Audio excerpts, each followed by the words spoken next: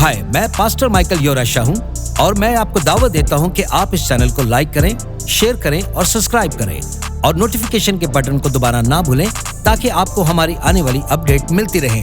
खुदावंद आपको बरकत दे। चलें कलाम की तरफ बढ़ते हैं। तो शुरू करते हैं मुसीबतों में खुशी।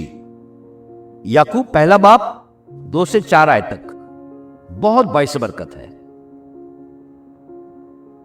लिखा है, ऐ मेरे भाइयों, जब तुम तरह तरह की आजमाइशों में पड़ो तो उसको ये जानकर कमाल खुशी की बात समझो कि तुम्हारे ईमान की आजमाइश सब्र पैदा करती है, और सब्र को अपना पूरा काम करने दो ताकि तुम पूरे कामिल हो जाओ और तुम में किसी बात की कमी ना रहे।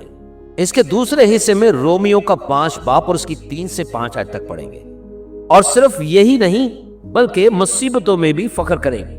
आप में से कितने लोग हैं जो अपनी मुसीबतों में फख्र करते हैं? तो आगे पढ़ते हैं, ये जानकर कि मुसीबत से सब्र पैदा होता है और सब्र से पुख्तगी और पुख्तगी से उम्मीद पैदा होती है और उम्मीद से शर्मिंदगी हासिल नहीं होती, क्योंकि रूह कुद्दस जो हमको बख्शा गया है उसके वसीले से खुदा की मोहब्बत हमारे दिलों में डाली गई है। आमीन। तो आइए सीधी बात कर लेते हैं। कोई भी नहीं चाहता कि दुख आए, और कोई भी उसमें लुत्फ अंदोज नहीं होता, चाहे वो जिस्मानी तकलीफ हो, जज्बाती कर्ब हो, बेचैनी हो या माली मुश्किलात हो। कोई भी ये नहीं चाहता। तो जब आप माली तौर पर तंग हो तो आप कहेंगे, वाह क्या बात, खूब मजे में हूं, ये बहुत जबरदस्त है कि मेरे अकाउंट में एक पैसा भी नहीं है। तो कोई भी ऐसा नहीं कहेगा, ना ही शुक्र करेगा। तो सवाल यह है कि हम किसी भी आजमाइश को कैसे अपनी खुशी समझ सकते हैं, जैसा कि बाइबल हमें हुक्म देती है। ये सिर्फ और सिर्फ पाक रूह की कुदरत से मुमकिन है।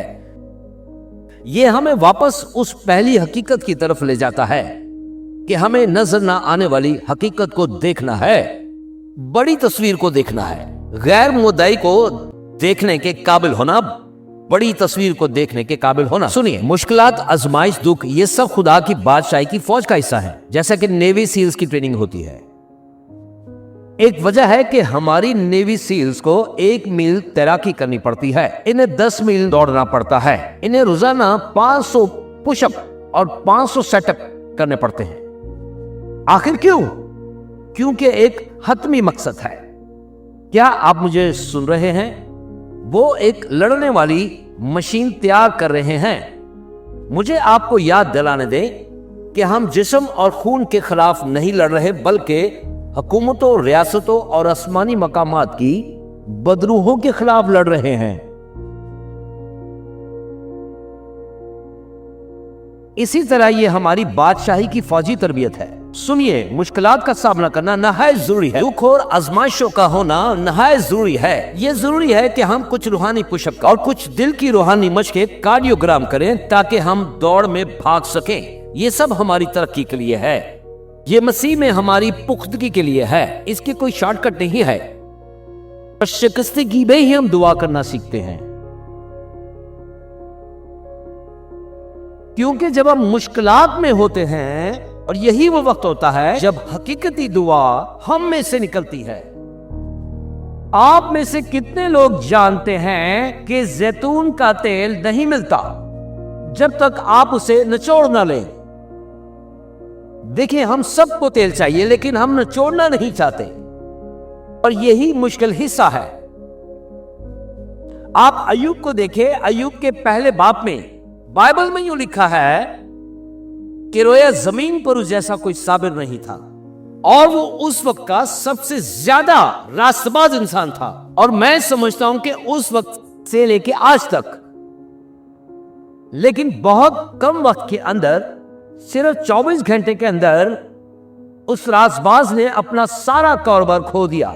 उसने अपनी सारी इमारतें खो दी, उसने अपनी सारी गायें और बकरियां खो दी, यहां तक कि उसने अपने सारे बच्चे भी खो दिए। तो आपको इनके बारे में पढ़ना चाहिए। जब आप पढ़ते हैं कि वो इतना रास्तबाज और मुकद्दस था, तो बाइबल कहती है कि वो रोजाना बाहर निकलकर अपने बच्चों के लिए सोख्तनी कुर्बानियां चढ़ाया करता था। देखिए, सिर्फ इसलिए कि कहीं उनसे कोई गुनाह ना सरजद हो गया हो। वो कितना रास्तबाज था। लेकिन उसने अपना कारोबार खो दिया, उसने अपने बच्चे खो दिए, उसने अपने घर को खो दिया, उसने सब कुछ खो दिया। लेकिन आप नीचे आयत 20 में पढ़ते हैं कि इन सब के बाद तो लिखा है कि अय्यूब जमीन पर गिर गया और उसने पुकार कर कहा, खुदावन देता है और खुदावन ही लेता है। मैं नंगा आया था और नंगा जाऊंगा, लेकिन खुदावन यीशु मसीह का नाम मुबारक हो। तो आमीन कहे सब मेरे साथ। तो यही है वो दुआ जो से निचोड़ कर उसमें से निकाली गई। देखिए, ये बहुत आसान है कि अगर आपकी तनख्वाह अभी अभी आई हो और आप उस बात के लिए रक्स कर रहे हैं, आमीन कहे मेरे साथ, जब सब कुछ ठीक चल रहा हो, तो ये आसान है कि हालेलुया पुकारो और खुशी मनाओ, कलीसिया में नाचो, अपने झंडे को लहराओ। लेकिन जब जहन्नम के सारे दरवाजे खुल जाते हैं,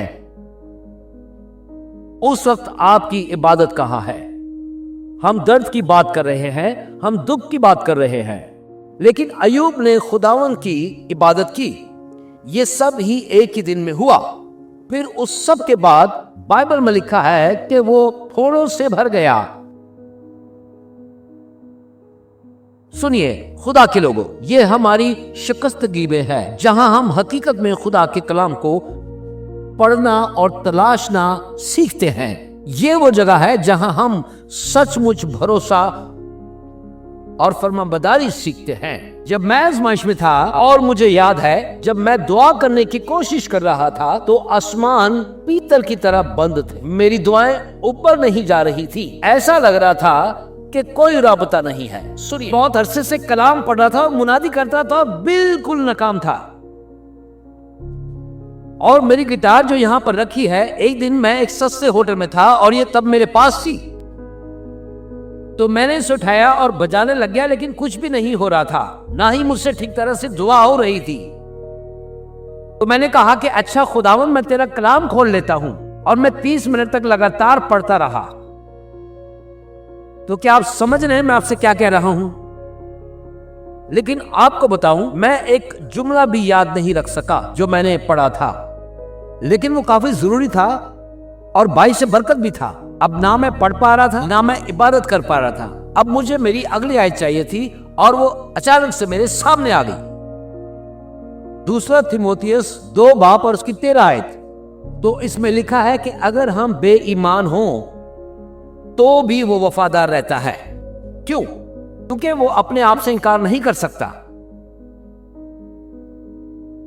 और मैं आपको बताता हूं कि वो ही लम्हा था जब खुदा के कलाम के अल्फाज सही से निकलकर मेरी जिंदगी में दाखिल हो गए, क्योंकि वो जिंदा है, हकीकत है, और उसने मेरी जिंदगी बदल दी। मुझे उस वक्त यकीन हो गया कि मैं अपने खुदा के हाथों में हूं, कि उसने मुझे तर्क नहीं की। चले खुदा के नाम को जलाल दे। हाय, मैं पास्टर माइकल योरेशा हूं, और मैं उम्मीद करता हूं कि आज आपने इस छोटे से पैगाम से बहुत बरकत पाई है। और मैं चाहता हूं कि मसीह का ये पैगाम पूरी दुनिया में फैलाने के लिए आप हमारी मदद करें। इस चैनल को लाइक करें, शेयर करें, सब्सक्राइब करें और नोटिफिकेशन के बटन को प्रेस करना ना भूलें। और आखिर में गुजारिश करूंगा कि ये कलाम आप अपने दोस्तों और खानदान के साथ बांटना ना भूलें। यीशु जल्द आ रहा है। आमीन।